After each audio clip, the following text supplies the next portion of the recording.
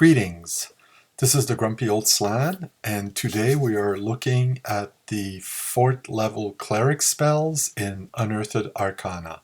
So as we can see, there's a total of 16 4th level Cleric spells, 6 of which are new, and those are the ones we're going to look at right now. So the first spell is Abjure. It has a permanent duration, and it will affect one creature. When a cleric employs a spell of this sort, he or she is attempting to return a creature from another plane of existence to its own plane. The exact name of the type of creature to be affected by the Abjure spell must be known. If the creature also has a specific, proper name, then that too must be known and used. The naming cleric then compares his or her level against the level or hit dice of the creature under abjuration, in the same way that the success of a Dispel magic spell is determined. Base 50% chance of success, plus or minus the level HD difference between the caster and the creature to be affected. The percent chance for success is then compared to a percentile dice roll. If the roll is equal to or less than the chance to abjure, the creature is instantly sent back to its own plane. In all other cases, the spell fails. The creature might not wish to remain on the caster's plane, and in such a case it could be appreciative of the cleric's attempt to return it to its home.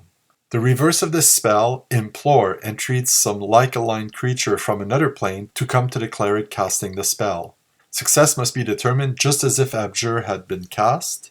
In like vein, the spellcaster must know the exact name of the type of creature as well as its given name, if any. If the Implore spell succeeds, the cleric has absolutely no guarantee that the creature summoned from another plane will be favorably disposed to him or her. Neither version of the spell will function upon deities, but might affect servants or minions thereof. The material component for an Abjure spell are a holy, unholy symbol, holy or unholy water, and often some material inimical to the creature. In reversed form, the material components are the same except for the last, which must be something that the implored creature craves or respects. So this is an interesting spell, though the fact that the cleric has to know the name of the creature to be abjured give it limited use. So you can't just see some sort of demon or devil or other planar entity and just abjure it just like that. You have to do some research and stuff, which leads me to believe this spell is the kind of spell where the cleric knows he or she will need to go and get rid of this creature that's in the prime material plane. And they'll need to be able to do research, and somehow that information must be available somewhere. It could be a side quest to find out what the name of the creature is. It could also be another side quest to find out what item is inimical to this creature or what it is that they crave or respect. An interesting spell, but it could be an important part in a campaign. The next spell is Cloak of Fear. It will last 1 turn per level, so you got about an hour and a half to start with, and it will only affect the cleric. The casting of this spell empowers the cleric to radiate a personal aura of fear out to a 3-foot radius. Any character or creatures that intrudes upon this aura must save versus spell or run away in fear for 6 rounds. CF 3rd level magic user spell Fear. The spell will only remain in effect until one creature fails to save, whereupon the dwemer of the spell is dissipated. The spell has no effect upon creatures that themselves radiate fear or upon undead creatures of any sort, and it is not dissipated upon contact by such creatures. It likewise remains in effect if an intruder makes a successful saving throw, but will expire after a duration of 1 turn per level of the cleric if not brought down earlier.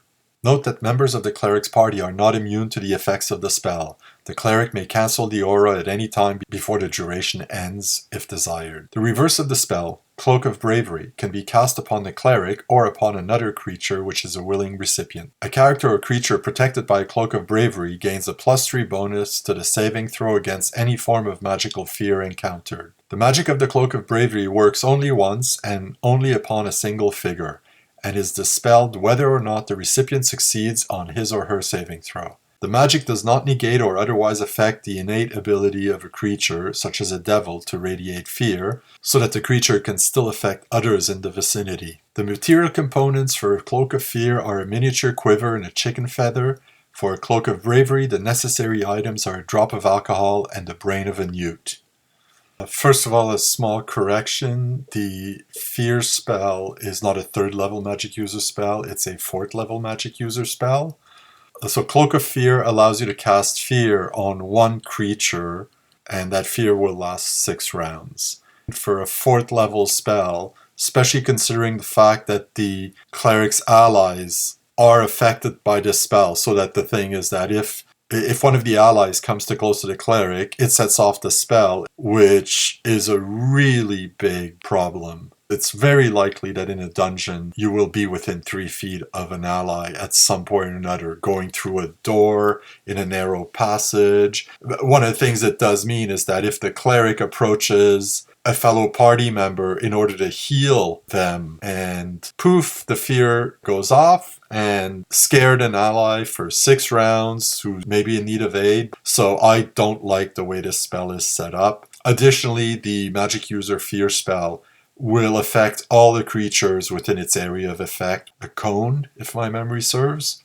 The magic user does risk having the casting ruined if he's hit by an attack at the moment of casting, but he can avoid affecting his allies, and it will affect more than one creature, hopefully. I don't like this spell. It's got a few too many limitations that are very undesirable. The next spell is Giant Insect. Will last 2 rounds per level and will affect 1 or more insects. By means of this spell, the Cleric can turn 1 or more normal-sized insects into larger forms which resemble the giant forms of such creatures as described in the Monster Manual books or the Fiend Folio Tome. The number of insects that can be affected is dependent upon the Cleric's level. 1 at 7th to 9th level, 2 at 10th or 11th level, 3 at 12th or 13th level, and 4 at 14th or higher level.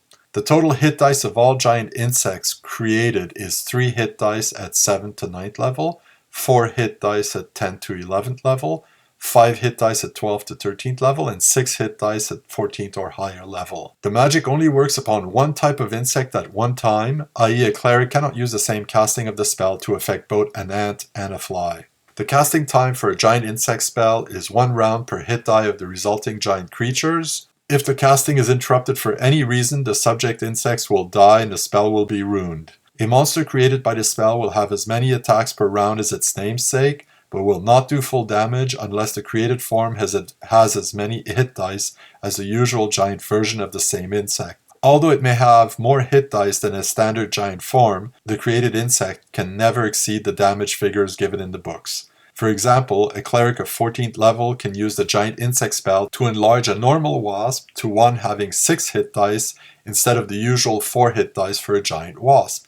See the Monster Manual. But the creature will still do damage of 2 to 8 and 1 to 4. Conversely, a 7th level Cleric can use the spell to create a giant wasp of 3 hit dice, and such a creature would have reduced damages figures of 2 to 6 or 1 to 3, 3/4 of the damage potential of a real giant wasp, since it only has 3/4 of the usual number of hit dice for such a creature. The spell will only work on actual insects.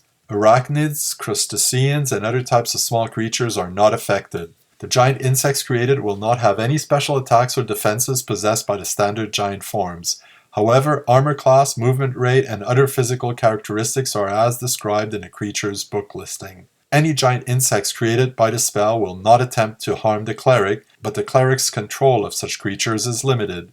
He or she could give them simple commands such as attack, defend, guard, and so on, but could not instruct them to attack a certain creature or guard against a particular occurrence.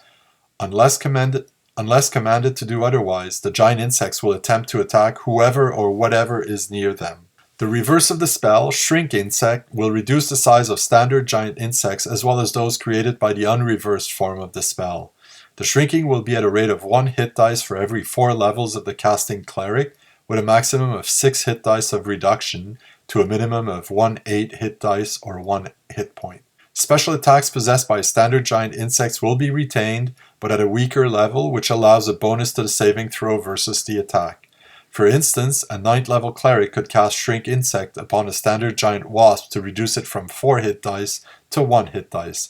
The resulting insect would still be able to use its Poison Sting, but the saving throw against such an attack would be at a +3 bonus, or perhaps higher. And the hit point damage from its normal attacks would be reduced to 1 to 2 for a bite, and 1 point for a sting, 1/4 of the usual amounts, since the creature is only 1/4 of its original size. The material component for either version of the spell is the cleric's holy unholy symbol. I like this spell, though I do think there are a few problems with it. The first one being the very long casting time. 1 round per hit dice of giant insect created means a 7th level cleric will require 3 rounds to have 1 insect, and at higher levels, when more hit dice can be created, the casting time is even longer. This means this spell is almost of no use in combat unless the cleric can cast it just before combat or a few minutes before.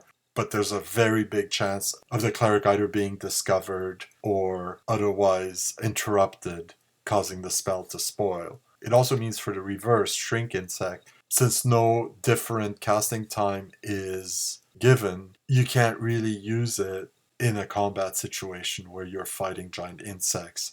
If you spot the giant insects and they don't attack you right away, you can maybe do something about it. But if you've spotted giant insects and they don't attack you, the odds are you will just maybe try to avoid them unless you really don't have a choice. So again, that limits the use of that spell. The fact that you cannot get more hit dice or insects than at 14th level, no matter how many more levels you have. But this is something that was introduced a lot in 2E. There's a few spells in Unearthed Arcana where we see this, where there's a certain amount of progression, and then beyond a certain level, the spell doesn't become more powerful in any way, shape, or form, which again limits it severely. If I had to quote-unquote fix this spell, the first thing I would do is reduce the casting time to perhaps 1 or 2 segments per hit dice of insects created. Similarly, for shrink insect, that is still a bit of a long casting time, but almost all cleric spells do take quite a bit of time to cast, and so that's nothing out of the ordinary. That said, in spite of all its limitations, there are quite a few things that this spell could be used for, assuming you give it a shorter casting time. Taking 6 minutes to create insects that might delay your pursuit for a handful of rounds basically means you've gained nothing. The very long casting time would make me hesitate to take this spell, although I like the concept of it. The other thing I find very curious about this spell is that it's a cleric spell, and there is no druid giant insect spell. There's a few cleric spells here in Unearthed Arcana that really feel like they would suit druids better. Some will also be druidic spells, but some won't be, like this one. If I ran a campaign, I would let my druids pick that spell, since it totally would fit a druid. The next spell is Imbue with Spell Ability. It will affect 1 individual. By the use of this spell, the cleric can bestow the ability to cast a particular spell upon a character normally unable to cast spells.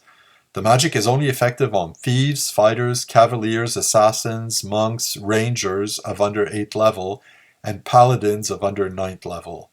It will not work on a member of any other character class or subclass, nor will it function upon a monster or any individual with less than 1 full hit die.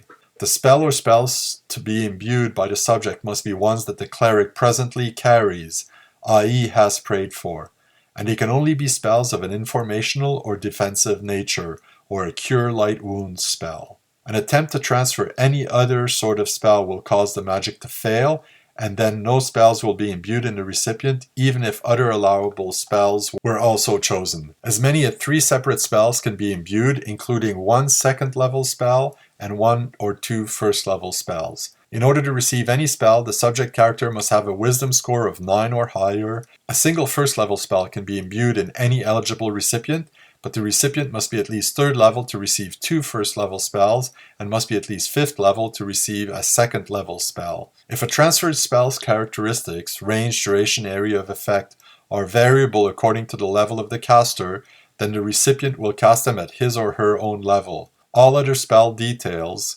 casting time, components, etc. apply normally. When a cleric casts Imbue with spell ability upon another character, the cleric loses that particular spell from his or her repertoire and cannot memorize more spells until the recipient uses all of the spells that were transferred. The material component for this spell are the cleric's holy unholy symbol, plus some minor item borrowed from the intended recipient, which is symbolic of his or her profession.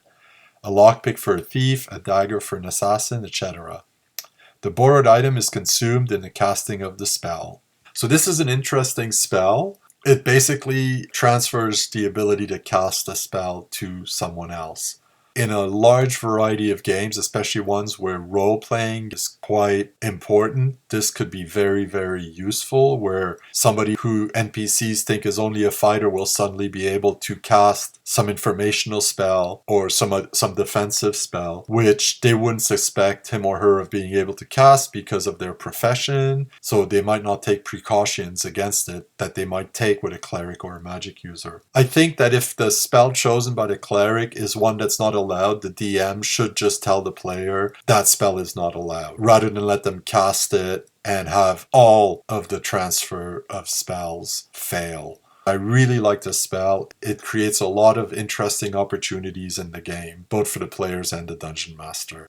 Spell immunity. This will affect one individual that the caster will touch. By means of this spell, the cleric or any creature touched is made immune to the effects of a specified spell of 4th level or lower that the cleric has directly experienced. For instance, if the cleric has been hit by a fireball spell at some time, then this spell can be used to protect someone from the effects of a fireball. The spell cannot affect an intended recipient who is already magically protected by a spell or other temporary effect. The magic of this spell will only protect against actual cast spells, not against effects of magic items or creatures' innate spell-like abilities, but immunity lasts for the full duration of the spell. Only one spell immunity can be in effect upon a single creature at one time. Any applications subsequent to the first have no effect until the first duration ends. The spell immunity does not extend to items carried by the recipient, which must still make saving throws, if applicable, to avoid damage. Only a particular spell can be protected against,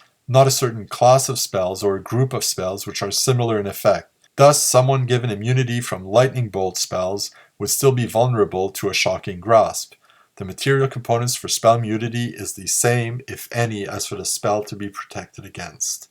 So this is a really interesting spell, though clearly limited in use, that you have to know you're going into a situation where you're likely to receive the effects of a given spell. I could see the cleric using this on a second or third encounter with the big bad evil guy in the campaign that they know has a propensity for casting a certain spell when he attacks his enemies. One of the problems is, how will the cleric know what the material components for any given spell is? He needs to get in touch with magic users, find out what the spell is.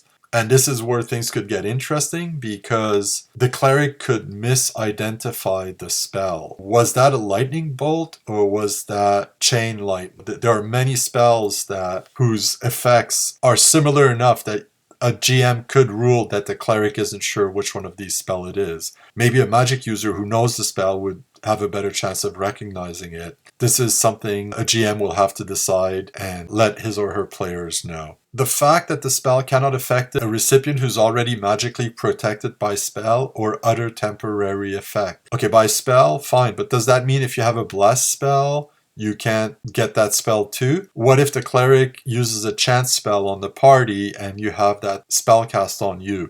What happens then? I would say that you cannot have more than one spell immunity cast upon you. I would give the option to the cleric from dispelling the first one if he wants to cast the second one, rather than being forced to wait until the duration ends.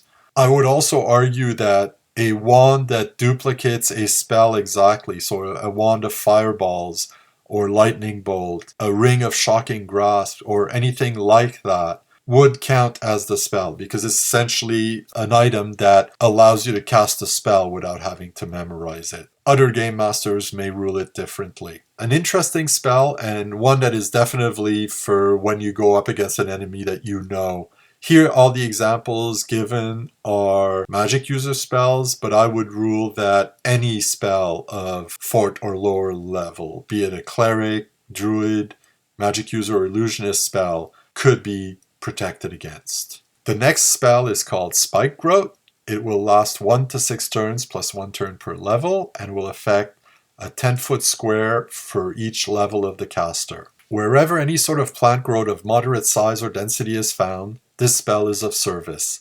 It enables the caster to cause ground-covering vegetation and/or roots and rootlets to become very hard and sharply pointed. In effect, the ground cover, while appearing to be unchanged, acts as if the area were strewn with caltrops. In areas of bare ground or earthen pits, roots and rootlets will act in the same way.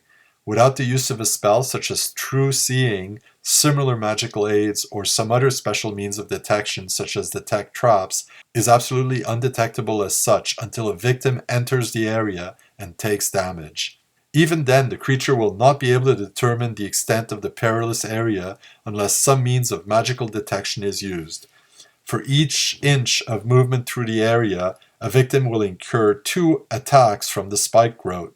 Hit probability is as if the caster of the spell were making an attack, and any successful hit causes 1 to 4 points of damage. Spells which control or harm vegetation or a dispel magic spell will negate the area of the Dwemer. The component for this spells are the Cleric's Holy Symbol plus either 7 sharp thorns or 7 small twigs, each sharpened to a point. So this is an interesting spell. The clerics can acquire basically what is a magical trap. It will last long enough that it's likely to delay close pursuit, also weaken them if they take damage. I quite like this spell. And for those fans of the Underdark, some GMs might say that the various molds and mushrooms and other Underdark vegetation will also be affected by this spell. That was the last spell, so let's go over the whole list.